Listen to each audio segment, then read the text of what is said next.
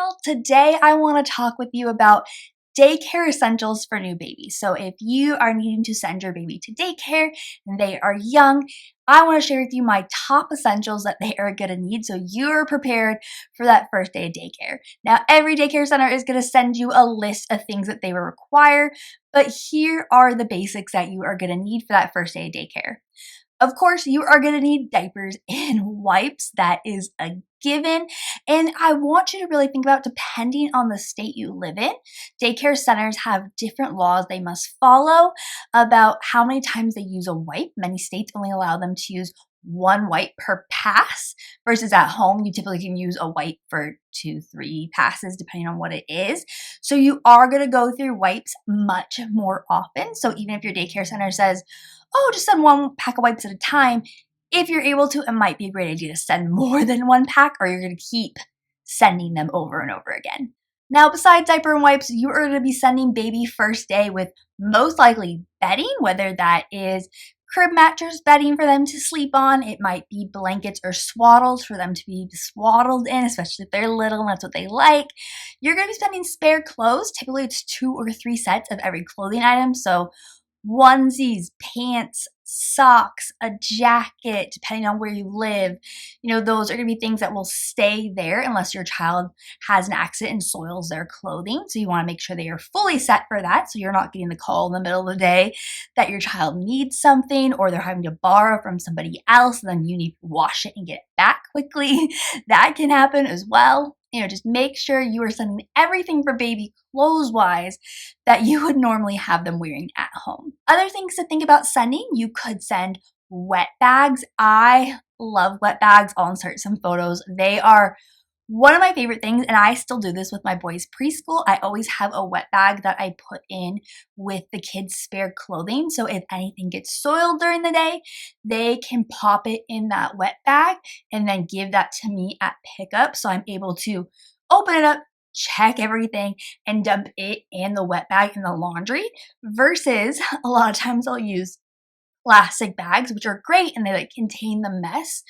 But then if you do not get to the mess that day, you let it sit a day or two before you do the laundry, the smell and nastiness permeates the clothing, and it gets a lot harder to get that scent and anything on it out. So the wet bag is a great solution to be able to have everything in there for. Now, typically, if you are sending baby to daycare, you're most likely sending them with bottles, and I always recommend purchasing a few extra bottles than what you keep at home.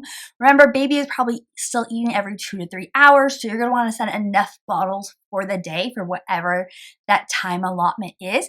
Plus maybe one extra. You never know when your baby's going through a growth spurt and wants more. And especially if you are just using breast milk and you don't want your baby to have any supplement with formula, you're going to want to make sure you're providing enough for them. Some daycare centers do allow you to send in frozen milk bags.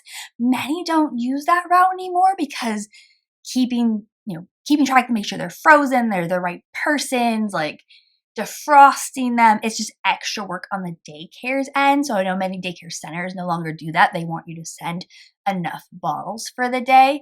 So making sure you have a few extra bottles. You don't want to send, to daycare all the bottles you have, because when you come home, if you're using bottles or trying to prep for the next day, or middle of the night bottle, you want to make sure you have extras so you're not having to wash everything as soon as you get home.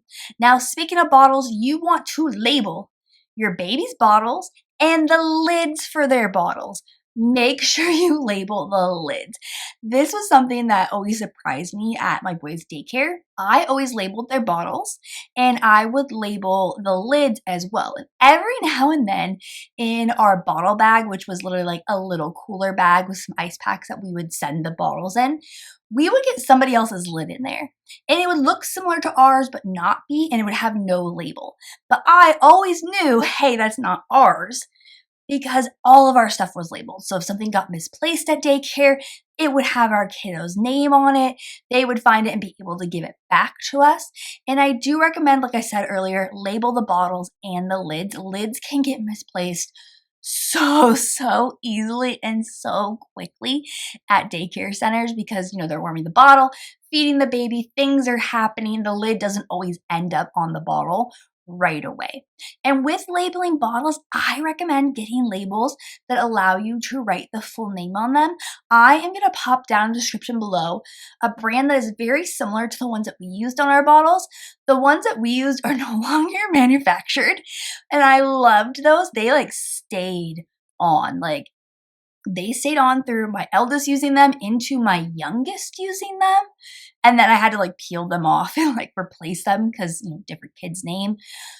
But they were amazing. So I will link down in the description below the ones I recommend. They held up with staying on the bottle, but also the name staying clear. A big bummer sometimes with labels with bottles, because you're washing them and sanitizing them so often, is the labels can peel off or the name can fade away. So I'll make sure to link below the ones that I would recommend that stay on the bottle.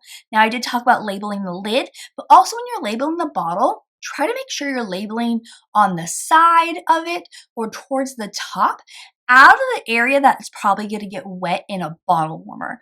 Most daycares are going to use a bottle warmer to warm up your baby's milk. And if it's sitting low on the bottle, like towards the bottom, anywhere that would be in that warming area, it's more likely that the label is going to come off faster because of its continuous use of getting wet, continuous use of being warmed up every single day, plus its normal wear and tear of being washed and used. So just something to think about when you are labeling those baby bottles. Now, continue on the bottle trend. This is something you do not need for daycare, but is going to make your life easier at home when you're prepping bottles for daycare. I highly recommend the Dr. Brown's formula pitcher. This pitcher is great for breast milk or formula because what it allows you to do is bulk make the materials that you're going to be using to pour into those bottles. So if you're using formula, you can kind of do the math of how many ounces of water you need, how many scoops, put them all into the pitcher, use the cool little thing to like mix it all up, and then pour them at once versus going through and doing 6 4-ounce bottles going by each one. You can use the pitcher to do that. It's also great with breast milk, whether you are having a bunch of freshly pumped milk that you're going to put together and then you can stir it and get that fat content distributed throughout it. Or if you're using frozen milk the night before daycare, you can take your frozen bags out, cut them, pop all of the frozen bricks of milk into the pitcher and put it in your fridge and let it defrost overnight. Then in the morning, you can use that top thing of the pitcher to stir it up, and then any ice crystals that are still in there are going to get broken up. The milk fat is going to get distributed equally throughout it. So when you're pouring those bottles, every bottle has the same nutritional status and is able to be fully defrosted for you. So this was something we used with both our boys. We loved it. We used it both with frozen breast milk, fresh breast milk. We used it with formula. It just made our life so much easier every morning or even the night before making bottles for daycare for the next day. And my last thing that I want to recommend is like a number one essential for me with sending your kid to daycare, to preschool, to school is labels for everything. Anything that is soft surface needs to be labeled. So I'm talking about baby's bedding, all of their spare clothing, if you're sending them with extras like hats and things, blankies, anything else needs to be labeled. And I love the Avery no iron labels. These labels are the best. I will link them below. I still use these with my kiddos. Like I label lunch boxes with them, backpacks, all of their baseball hats are labeled with it.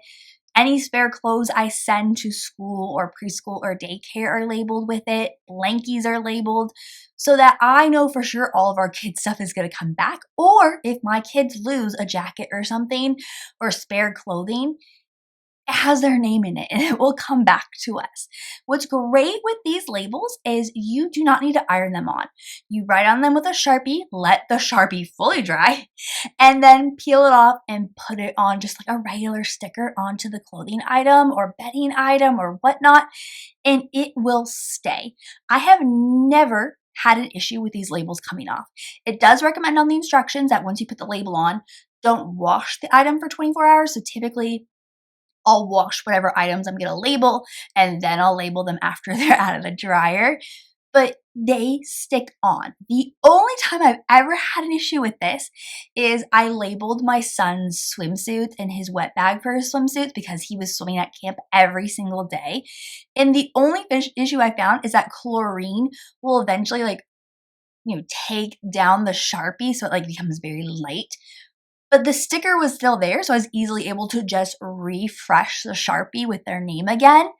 And it was good to go. I mean, no ironing needed, no special labels, and they come in a pack with multiple sizes. So depending on the item, you can make it really small or bigger, up to you. But these last through multiple washes. Like, there are items of my eldest, who is just about to turn 8, that are now items being used by his younger brother who's 3, and they have lasted on these t-shirts, on these bags, on these blankies through hundreds of washes, and we've had no issues. So make sure you label your kids' stuff. It's going to help daycare out so much if things get mixed up, especially with jackets.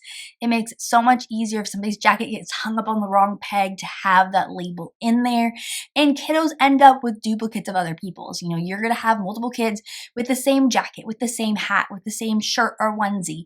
It's just nice to be able to have it labeled to know it will come back to you. And it's great because if someone else accidentally gets your stuff, your name's in it, so they're going to bring it back to daycare and they're going to get it to you. So always make sure you're labeling everything you can. Alright, y'all, so that was my daycare must-haves for young babies. Let me know in the comments anything else you would add. What are other essentials that you need to label or send with your kiddos to daycare, especially when they're starting off? If you like this video, please make sure to like and subscribe, and I'll see you soon.